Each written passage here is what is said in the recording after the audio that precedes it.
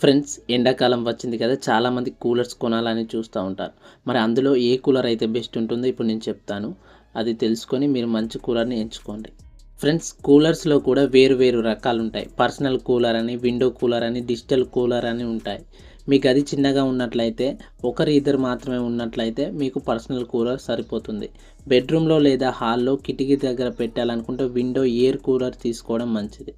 మీ room size పెద్దగా ఉంటే digital cooler తీసుకోవడం మంచిది. డిజిటల్ కూలర్ పెద్ద గదిని మొత్తాన్ని కవర్ చేస్తుంది.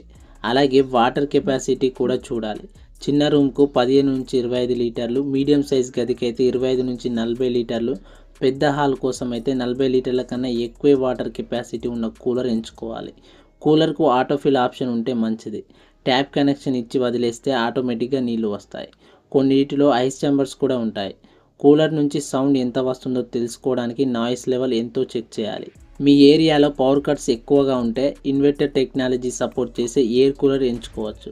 ఫ్రెండ్స్, ఇందులో మీకు ఏ కూలర్ అయితే బెస్ట్ అనిపిస్తుందో ఖచ్చితంగా కామెంట్ చేయండి.